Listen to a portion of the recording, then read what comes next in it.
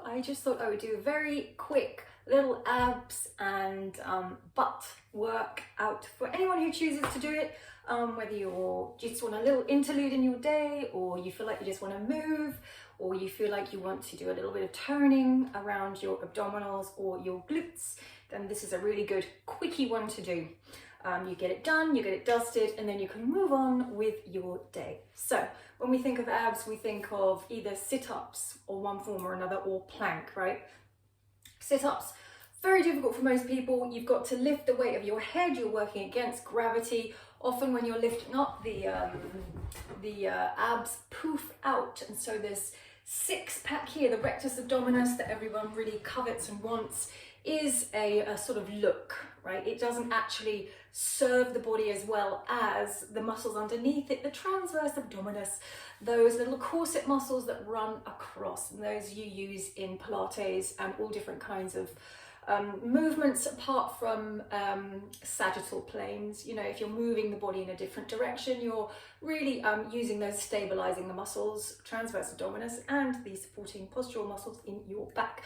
So it's why I like to not only use sagittal moves, sagittal plane, but also working in different what's the word? Yeah, angles. That's the word. Angles all the way around, putting your leg forwards, backwards, upside down, all these different things to challenge your stability, get the body used to being in different types of positions and ending up being strong and comfortable as much as you can be in those positions. So what we're trying to access is the deeper muscles underneath, and a lot of that is to do with how you breathe as you're doing the exercises. So nice and simple to start with. You're just going to lie on your back, bend your legs, put your feet on the floor. I'm just going to move my t-shirt. All you're going to do is take your hands onto your lower belly. As you put your hands onto your lower belly, feet hip distance apart, all you're going to do is just relax. Okay, just relax. So you're going to relax your thigh bones. Okay, it feels weird, but if you relax your thigh bones from the knee to the pelvis, the legs kind of naturally come into their own socket, and you'll come to what's known as a neutral pelvis. Neutral pelvis. That means that you still maintain the natural curves of your spine on the floor. We're not pushing our low back into the floor, and we're not arching and lifting it away from the floor. We're just kind of letting it rest, seeing how that feels today. So we're going to take hands onto the lower belly. We're going to breathe in, and as we breathe out, we're going to gently push our low back into the floor and slightly tuck the pelvis under and squeeze the belly button towards the floor. So we kind of sucked everything down to the floor, pushed it down, and then as you breathe in, you're just simply going to release that. So you come back into a neutral pelvis, a little sort of mouse hole just underneath your low back, a slight one, depending on what your spine is like. This time, to aid us, we're going to breathe out through our mouth, and it's like you're blowing a fine stream of air up to the ceiling. What this does is it lengthens the breath, allows you to get deeper into the pose because you've got taking longer to get there, and also activates the muscles around your abdominal wall. So we breathe out like you're kind of blowing a candle out in slow motion. And you can feel that when you do this, your lower abdominals draw further down towards the floor. So what we've got is we've got the breath in, nice and normal spine, nothing going on.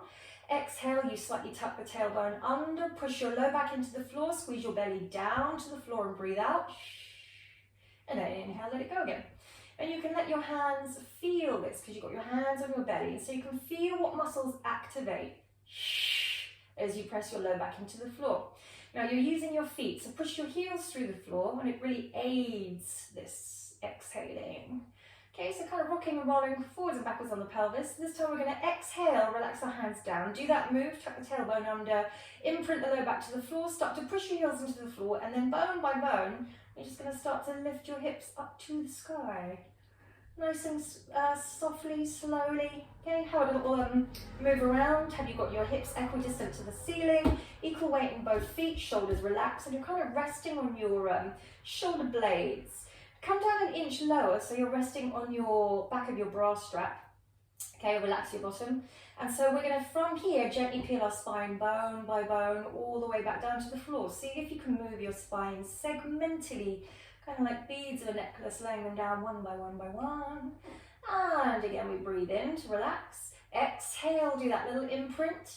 Gently stand into the feet, peel each bone away from the floor, seeing if we can get more space in between them. And we reverse it again. So the tip of the tailbone, you're going to yawn, open your back ribs, tip of the tailbone comes down last. Take an exhale to lift. Feel that scoop of the belly, abdominal wall is active. Good. Take it all the way up to the top. And from here, peel all the way down to the floor again.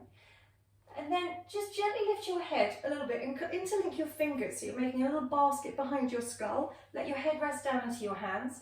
Now when we do a little chest lift, as it were, don't think sit up. What happens is we tend to pull at the head, right? So this space closes here, nothing is happening here, and all it does is get really, really exhausting.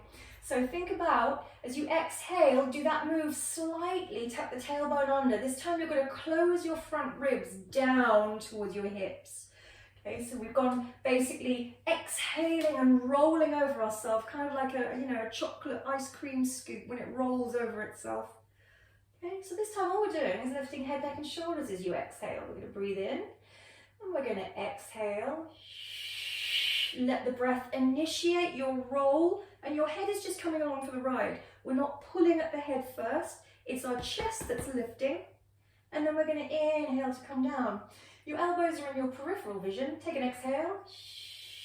Breathe all of the air out. You may get a little judder. You can take one hand to your lower belly and inhale and come down. And if you do about 10 of these, you're warming up the abdominal wall. Keep it slow and steady. That's the name of the game. And relax. Good. So about 10 of those, and then we flip it over. So we're doing the same shape, just upside down. You've got less feedback this time. You just got it on your knees and your hands. All we're going to do is a little cat stretch. We all know this one, little arch into the back. And a little angry cat stretch. So push your hands through the floor, lift your belly, drop your head. And just move the spine segmentally again. Good. Now ideally with this one, you would do a little warm up beforehand, maybe some standing marches, maybe a couple of down dogs, anything you want to do. And then from here, we're going to send our butt back to our heels. So just come to sit down. You're going to reach your hands way, way forward. Spread your fingers and plant your palms onto the floor. Okay, so your hands are reaching forwards, arms are active. And then from here, we're going to lift away from the heels and then drag our hips forwards towards the wrists, right? We don't want to leave our butt in the air. Tuck it under, drag it forwards, okay? And then press back to that little child's pose again. And again, we're going to come forwards. Keep the hands where they are. You're going to drag your hips forward. So your shoulders are going to come forwards of your wrists. Keep a micro bend in your elbow. And back again. You can do this as many times as you like. This time, we're going to gently come forwards. Drag your hips forwards and see if we can bring one knee outside upper arm. And send it back.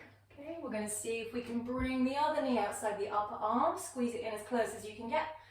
And send it back. And again, so you're sending the hips forwards. That was my knee on the wooden floor. And back. And again. Good. So maybe do about 5 of these when you have time. And we just add on to this. So we're going to bring one knee outside upper arm. As you shift yourself back, your elbows are going to come to the floor. The leg lifts up and extends straight. And we continue with the same leg this time. So don't swap legs. Same leg, it comes forwards. Elbows to the floor, toe points to finish the energetic line. And keep going. Take an exhale, knee forwards. And squeeze your butt here. So as you extend the leg high, get a really good squeeze of your butt. And ideally, we're going to do 20 of these if you're working out on your own. 20 of these each side. Okay, but for just the sake of this video, we're going to swap sides just to get it nice and even. So we're going to take one knee outside the elbow and elbows to the floor, lift and continue. So drag your hips forwards, get a really good lift at the end, really squeeze the butt. You're working different planes of your body. You're also getting a little bit of arms here. You're getting a really good squeeze through the obliques as you lift the knee in and up, and a good squeeze of the glutes. Okay, so about 20 that side, and then we're going to gently come onto one elbow. So we're just resting on one elbow. There's different levels you can do of this. Level 1, you're pretty much going to stay down here. Level 2, if you can, you're going to lift your hips away from the floor. So we're getting a big pull on these obliques here, side of the waist, front and back. It wraps all the way around, getting into that muffin top. We're going to see if we can extend top arm, top leg, and just connect them together. That's all we're doing.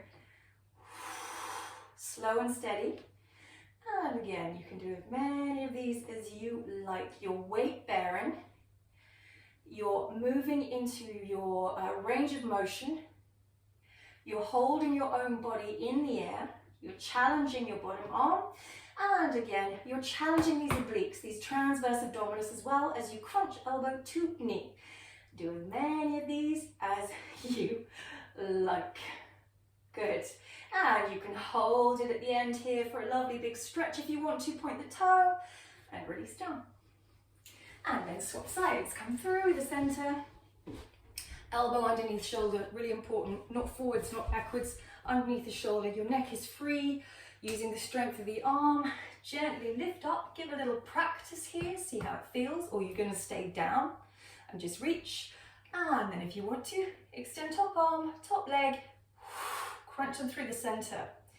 And it's at this point here where the work is happening, because your body's going to want to drop down at this point just before they connect.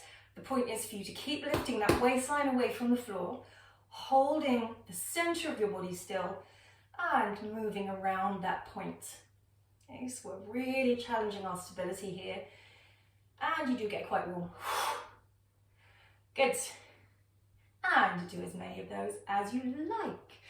So from here, all we're going to do is come into a little kind of half plank on our belly. So we're going to come from all fours, okay, and we're going to bring our forearms down to the floor. Okay, so you can see that my knees are a little bit further behind my hips. I'm going to step them further back.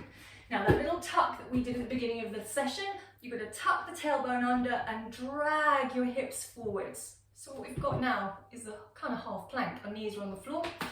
Yeah, so not a forearm plank, a little half plank. Now tuck the tailbone under again, draw the lower abdominals into the floor. Long neck, and we're just going to tap one hip to the floor, bring it through the center, the other hip center. What your body's going to want to do, it's going to want to leave the butt behind, okay, and do this kind of crazy low back arch. Don't do that. Tuck the tailbone under, squeeze the abdominals in towards the spine, and you're just kissing one hip through the center, and then the other. You're messing about with a plank, basically. So plank's a really, really good thing to do for abdominal strength. You want good form though, and it's really good to mess them around. So do about 10 of these. Come through the center, have a little stretch of your belly. Okay, and then come back into that little half plank again. Tuck the tailbone, get that pelvis really tucked, curl the toes under, and find yourself in a forearm plank. You can either hold it here, you can tap one knee to the floor, then the other. Yeah, keep tucking the tailbone slightly under. Good. You can run the knees as fast as you want. You can tap both knees. Now we're not moving the hips up and down, just the knees are bending and straightening. You can do loads of different things here, or hold your perfect plank. And release. And again, you can do those as many times as you want. And that will be it today. That's your little 5-minute or 20-minute, however you like to do it, workout for a little bit of butt, a little bit of abs, and just a little bit of fun along the way, a different way to challenge your obliques and your deeper core muscles. So I hope you enjoy, and let me know. Have fun.